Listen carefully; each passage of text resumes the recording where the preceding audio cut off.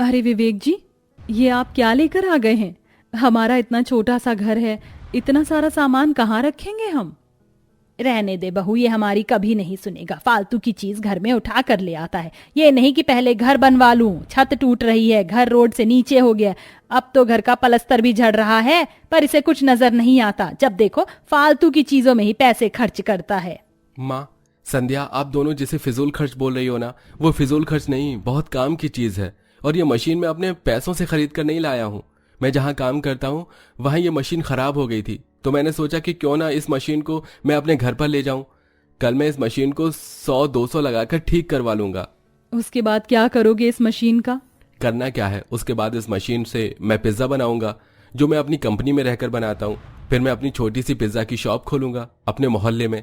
देखना बहुत कमाई होगी, क्योंकि हमारे मोहल्ले में एक भी पिज्ज़ा शॉप नहीं है, और यहाँ के लोगों को तो पता भी नहीं आखिर पिज्ज़ा क्या चीज़ है। वही तो, यहाँ के लोगों को नहीं पता कि ये पिज्जा क्या होता है। कोई नहीं खाएगा तेरा पिज्जा। और बेटा, बड़ी मुश्किल से तेरी नौकरी लगी है। अगर तू इन सब चक्कर में पड़ेगा तो तेरी नौकरी चली जाएगी। फिर हम जो नमक रोटी खा पा रहे हैं वो भी खा नहीं पाएंगे, और बहू भी गर्भवती है। भूल जाता है क्या? इस समय तुझे एक एक कदम फूंक कर रखना है। माँ, मुझे सब याद है, इसलिए तो मैंने संध्या को पिज्ज़ा बनाना सिखाया है, ताकि मैं शॉप पर जाकर नौकरी कर सकूं और हमारी दुकान संध्या और आप संभाल सको।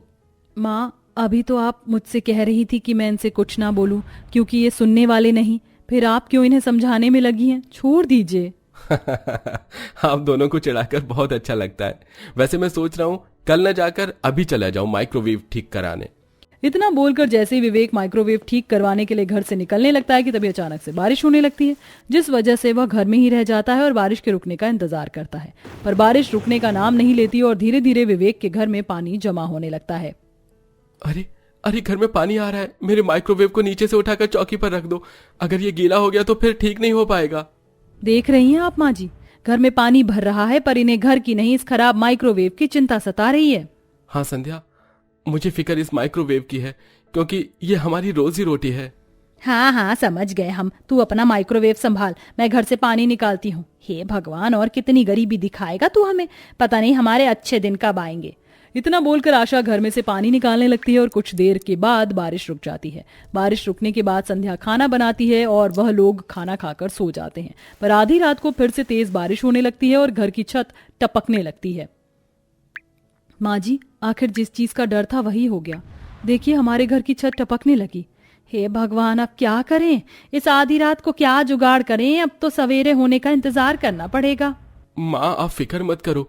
सुबह जैसे ही बारिश बंद होगी मैं माइक्रोवेव ठीक करवाने के लिए बाहर जाऊंगा ही, तो आते वक्त बड़ी सी पन्नी भी ले लूंगा और उसे छत पर लगा लूंगा। पर अभी क्या करें? अब करना क्या है? सारी रात बैठकर रात काटनी होगी, क्योंकि छत से भी पानी टपक रहा है और दरवाजे से भी बारिश का पानी आ रहा है। लगता है रोड पर भी पानी भर गया है। इस तरह आशा अपने बहू बेटे के साथ बैठकर बारिश के रुकने का इंतजार करती है और सारी रात जागकर रात काटती है। अब जैसे ही सुबह होती है, विवेक माइक्रोवेव लेकर निकलने लगता है और वह देखता है कि पूरे रोड पर घुटने तक बारिश का पानी भर गया है और सभी लोग उस पानी से ही होकर अपनी अपनी नौकरी पर जा रहे हैं। माँ, पानी सिर्फ हमारे घर में ही नहीं बल्कि रोड पर भी भरा है, और मुझे नहीं लगता कि माइक्रोवेव ठीक कराने वाली दुकान खुली होगी। इसलिए आप दोनों यहीं रुको, मैं जल्दी से पन्नी लेकर आ जाता हूँ। माइक्रोवेव मैं बाद में ठीक करवा लूंगा। सुनिए जी, पूरे रोड पर पानी भरा है और बादल भी बहुत काले हैं। किसी भी वक्त बारिश हो सकती है। आप मेरी मानो तो रहने दो, जब बादल साफ हो जाएं तब चले जाना, क्योंकि मेरा मन बहुत खराब हो रहा है। संध्या, तुम इतना डरती क्यों हो? मैं बाजार ही तो जा रहा हूँ, जल्दी आ जाऊंगा। इतना बोलकर विवेक घर से निकल जाता है और बाजार जाकर बड़ी सी पन्नी खरीद कर घर आने लगता है। और तभी तेज बारिश होने लगती है। तेज बारिश होने की वजह से विवेक बारिश से बचने के लिए इधर उधर भागने लगता है और तभी एक ट्रक से उसका एक्सीडेंट हो जाता है और मौके पर ही विवेक की मौत हो जाती है। और विवेक की मौत की खबर जब उसके घर वालों को लगती है तो उनके पैरों तले जमीन खिसक जाती है। नहीं, मुझे मेरा बेटा छोड़कर नहीं जा सकता। बहन, खुद को संभालो, तुम्हें अपनी बहू को भी देखना होगा, वो गर्भवती है। माँ जी, आप रोइए मत, ये सब बस एक मजाक है। विवेक जी अभी घर आ जाएंगे, वो हमें छोड़कर नहीं जा सकते। और वैसे भी उन्हें तो अपना खुद का बिजनेस करना है, पिज्जा का, इसलिए तो वो माइक्रोवेव लेकर आए हैं। मैं घर में बैठकर पिज्जा बनाऊंगी और विवेक जी दुकान पर जाकर काम करेंगे। बहू, होश में आ। विवेक अब हमें छोड़कर जा चुका है, अब वो कभी नहीं आएगा। इतना बोलकर आशा अपनी बहू को एक थप्पड़ मारती है, जिसके बाद संध्या रोने लगती है और इस सच्चाई को अपना लेती है। इसी तरह से कुछ दिन बीत जाते हैं और एक दिन संध्या माइक्रोवेव लेकर उसे ठीक करवाने के लिए जाने लगती है। बहू, तू ऐसी हालत में इस मशीन को लेकर कहाँ जा रही है? माँ जी, अब विवेक जी हमारे साथ नहीं है। अब हम गरीब सास बहू को ही कुछ करना होगा, और वैसे भी विवेक जी का सपना था खुद का पिज्जा शॉप खोलने का। मैं उनके सपने को पूरा करूंगी, इसलिए मैं इस मशीन को ठीक करवाने के लिए जा रही हूँ। वैसे भी विवेक जी ने मुझे पिज्जा बनाना सिखाया था। अब मैं पिज्जा बनाकर अपने मोहल्ले में बेचूंगी, और वो भी वेज पिज्जा, सब्जियों से भरा हुआ, ताकि सब उसे खा सके।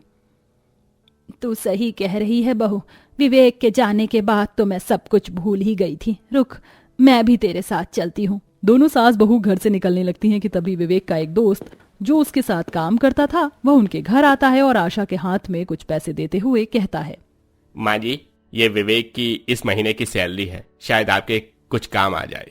कुछ नहीं बेटा, ये पैसे हमारे बहुत काम आएंगे। धन्यवाद ये पैसे हमें देने के लिए। माँ जी, धन्यवाद मत बोलिए, ये पैसे आपके ही हैं। अच्छा, मैं चलता हूँ। इतना बोलकर विवेक का दोस्त वहां से चला जाता है और दोनों सास बहू माइक्रोवेव ठीक करवाने के लिए दुकान पर जाती हैं।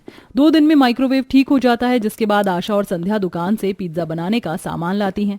वेज पिज्जा बनाने के लिए वो सस्ते दामों पर सब्जियां खरीद लेती हैं जो अच्छी होती हैं, और फिर अपने घर में ही पिज्जा शॉप खोलती हैं। और आशा अपने मोहल्ले में जाकर अपनी शॉप का प्रचार करती है। बहन, अपने ही मोहल्ले में मैंने अपनी बहू के साथ वेज पिज्जा शॉप खोली है। अब आप लोगों को वेज पिज्जा खाने के लिए दूर नहीं जाना पड़ेगा। बिल्कुल दुकान जैसा स्वाद मिलेगा, और वो भी 50 रुपए में, और सब्जियों से भरपूर होगा, तो हेल्दी भी होगा।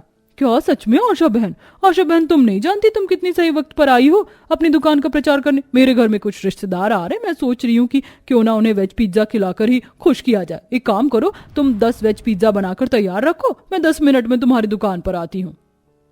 अब आशा जल्दी से घर जाती है और संध्या को 10 वेज पिज्जा बनाने का ऑर्डर दे देती है। कुछ देर में संध्या माइक्रोवेव की मदद से 10 अलग अलग तरह की सब्जियों के पिज्जा तैयार कर लेती है, जिसके बाद वो औरत वहां आकर अपने वेज पिज्जा लेकर चली जाती है। और उसके जाते ही तेज बारिश होने लगती है और एक बच्चा बारिश में भीगते हुए उनकी दुकान पर आता है। अरे बेटा, तुम बारिश में भीगते हुए यहाँ क्यों आए? आंटी, मैं यहाँ आपसे आपका पिज्जा लेने आया हूँ। आपको पता है मेरे सारे दोस्तों ने पिज्जा खा रखा है, पर हमारे मोहल्ले में एक भी पिज्जा की दुकान नहीं थी, जिस वजह से मैंने कभी पिज्जा नहीं खाया। इसलिए मैं आज पिज्जा खाऊंगा, और मैं भी अपने दोस्तों को कल स्कूल में चिढ़ाऊंगा, जैसे वो मुझे चिढ़ाते हैं। हाँ बेटा, क्यों नहीं, मगर हम सिर्फ वेज पिज्जा बनाते हैं। बताओ तुम्हें कौन सा पिज्जा चाहिए, मशरूम का, कॉर्न का, या फिर शिमला मिर्च वाला? तुम्हारे लिए 50 वाला पिज्जा सिर्फ 20 रुपए का है। बस तुम अपने पूरे स्कूल में मेरे वेज पिज्जा का प्रचार कर देना। ठीक है आंटी, आप मुझे मशरूम वाला पिज्जा दे दो, मैं आपका प्रचार स्कूल में जरूर करूंगा। इस तरह आशा और संध्या उस छोटे से बच्चे को 20 रुपए में वेज मशरूम पिज्जा दे देती हैं, और वह बच्चा अगले दिन अपने सभी दोस्तों को संध्या और आशा के पिज्जा के बारे में बताता है। उस बच्चों के दोस्त में एक बच्चे का बड़ा भाई यूट्यूबर था, और जब वह आशा और संध्या के वेज पिज्जा शॉप के बारे में सुनता है तो वो अपनी वीडियो बनाने के लिए अगले दिन ही संध्या और आशा की दुकान पर आ जाता है और उनकी वीडियो शूट करता है। माँ जी, आप इतना स्वादिष्ट वेज पिज्जा कैसे बना लेती हैं? जबकि आपकी आर्थिक स्थिति देखकर मुझे नहीं लगता कि आपको पिज्जा का भी पता होगा। और आपके दिमाग में ये ख्याल कैसे आया? बेटा, मुझ बुढ़िया को कहाँ से इतना महंगा खाना बनाना आएगा।